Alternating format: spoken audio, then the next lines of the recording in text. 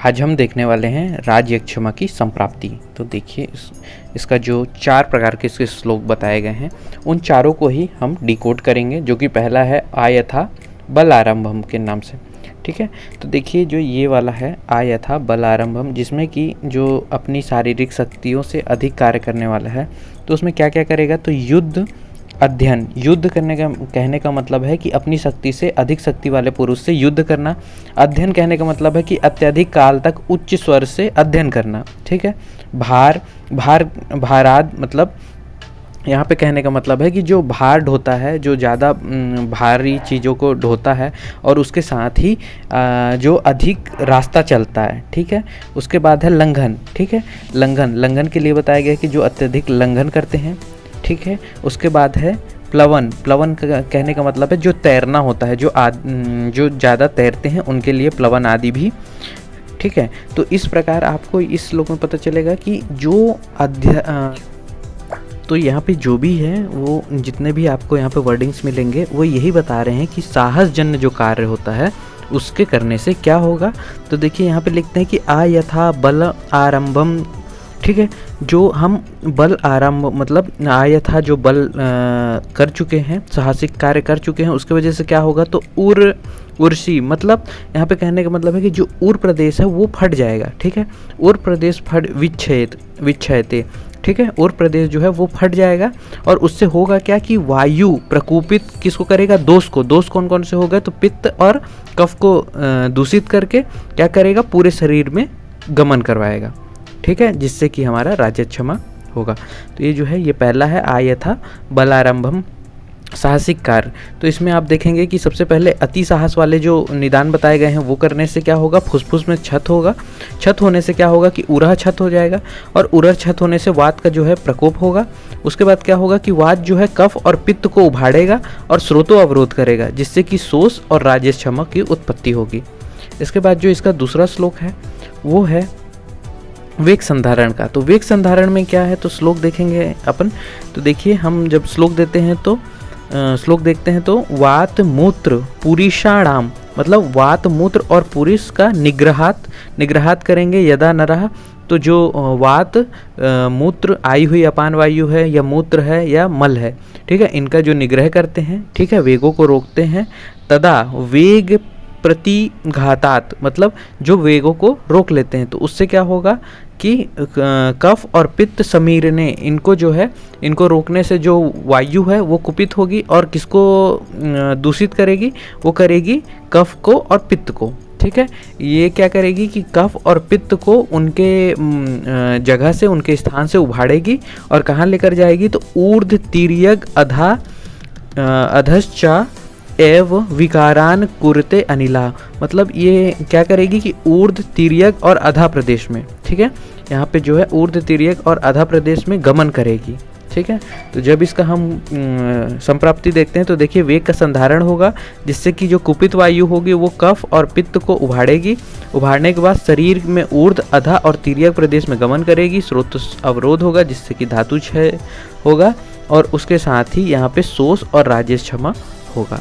इसके बाद जो हमारा तीसरा है वो है हमारा धातु क्षयजन्य राजयक्षमा। तो इसमें क्या होता है, तो धातु क्षयजन्य कहा गया है, तो इसे 2 प्रकार से आचार्यों ने बताया है। जैसे कि श्लोक एक ही है लेकिन उसको 2 प्रकार से डिक्टेट किया गया है। जैसे कि ईर्षा, ठीक है, उत्कंठ, भय, त्रास, क्रोध, शोक, अतिकर्षणा, जो अतिकृष हैं उनके लिए।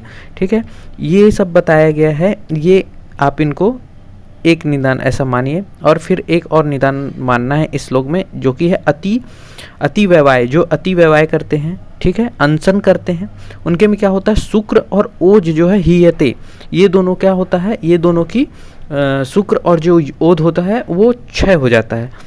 ततः स्नेह क्षयाद वायु वृद्धो। तो देखिए यहाँ पे जो स्नेह, हमारे शरीर का स्नेह कौन है, एक है शुक्र और एक है ओज। ठीक है, ये दोनों हमारे जो हमारे शरीर के स्नेह अंश है, और इन्हीं दोनों का क्या हो रहा है, क्षय हो रहा है।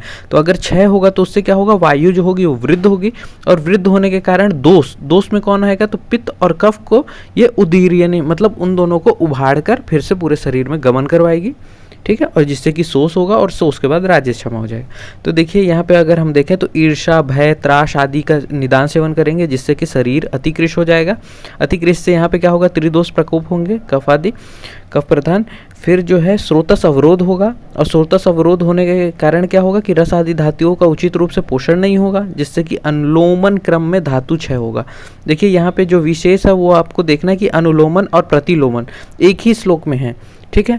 तो इसको आपको याद रखना कि अनुलोमन क्रम किसको बोला गया है धातु क्षय का, क्योंकि यहाँ पे रस आदि से हो रहा है, ठीक है। तो अनुलोमन क्रम, जबकि आप दूसरा वाला देखेंगे कि अगर कोई अति व्यवाय या अनशन करता है तो उससे क्या होगा, शुक्र क्षय होगा, ठीक है। शुक्र क्षय, अति व्यवाय करने से शुक्र क्षय होगा, जिससे कि वात प्रधान त्रिदोष प्रकोप होगा, जिससे कि प्रतिलोम धातु क्षय होगा। मतलब शुक्र से फिर पीछे वाले जो हैं मज्जा, फिर अस्थि, फिर ऐसे करके क्षय होगा, तो इसे हम कहते हैं प्रतिलोम क्रम, ठीक है। इसमें जो है सर्व धातु क्षय यहाँ दोनों का, और जो उसके बाद शोष होगा और राजेश क्षमा होगा। इसके बाद तो यहाँ पे जो हमारा चौथे प्रकार का है वो है हमारा विषम आसनजन्य राजेश क्षमा। तो इसमें हम जब श्लोक को डिकोड करेंगे तो इसमें आपको देखने को मिलेगा कि विविध धान्य अन्नपानानि, मतलब जो विविध धान्य अन्नपान करते हैं, विविध प्रकार के अन्नपानों का सेवन करते हैं। वैषम्येण समस्नता, मतलब विषम रूप से जो सेवन करते हैं, ठीक है, किसका, विविध अन्नपान का, ठीक है। तो उससे क्या होगा कि जनयंत आमयान घोरान विषम मारुताद्य, मतलब विषम रूप में कौन, तो देखिए यहाँ पे घोर वर्ड आया है। घोर वर्ड का मतलब है कि भयंकर विषम रूप में जो लोग मतलब विषम रूप में जो है अन्नपान कर रहे थे, तो उसमें क्या होगा कि घोर रूप में, मतलब घोर या भयंकर या विषम रूप में क्या होगा, वात पित्त कफ का कुपित होंगे, ठीक है। क्योंकि यहाँ पे लिखा है मारुत वर्ड दिया हुआ है, तो घोर विषम रूप में कौन प्रकुपित होगा, तो मारुताद्य, मतलब वात पित्त और कफ। उसके बाद क्या होगा कि स्रोतांशी रुधिरादि नाम वैषम्य, मतलब जो स्रोतांशी कहने का मतलब जो स्रोतस है वो अवरोध होंगे। और फिर क्या होगा, विषमगता, उनका जो होगा विषम गति के कारण अवरोध होंगे। फिर क्या होगा कि रुदध्वा रोगया कल्पयते, मतलब जो है कि ये क्या करेंगे कि जो अलग अलग प्रकार के सबसे पहले जो है ये कुपित होंगे, वो भी यहाँ पे घोर वर्ड आया है तो ये आपको याद रखना कि भयंकर रूप में। उसके बाद क्या होगा कि स्रोतांशी जो है स्रोतस जो होंगे वो अवरोध हो जाएंगे। और उसके बाद क्या होगा कि ये विविध प्रकार के, मतलब ये रोग को उत्पन्न करेंगे, रोगाया कल्पयते। उससे क्या होगा, तो ये जो स्रोतांशी रुद्वा किया गया है, तो इसे देखिए पूषयंती न चा न धातुआ, मतलब जो धातु आदि हैं उनका तो पोषण होगा नहीं। क्यों पुष्टि नहीं होगा, क्योंकि स्रोतसों को बंद कर दिया गया है, तो धातुओं की पुष्टि जो है अब हो नहीं पाएगी। तो और क्या होगा, तो विषम रूप में दोष जो हैं, अब इसमें विषम रूप में दोष निकलेंगे और विषम होने के कारण रोगों की, अलग अलग रोगों की उत्पत्ति करेंगे। तो जब हम इसकी संप्राप्ति देखते हैं तो देखिए विविध अन्नपान की जो विषम रूप से सेवन किया जाए तो त्रिदोष प्रकोप होते हैं, जिससे कि स्रोतस अवरोध होता है, रस आदि धातुओं का उचित रूप से पोषण ना करना, ठीक है, और फिर धातु क्षय होता है, जिससे कि राजेश क्षमा उत्पत्ति होती है। तो ये हमारा आज का टॉपिक था। थैंक यू, मिलते हैं नेक्स्ट वीडियो में।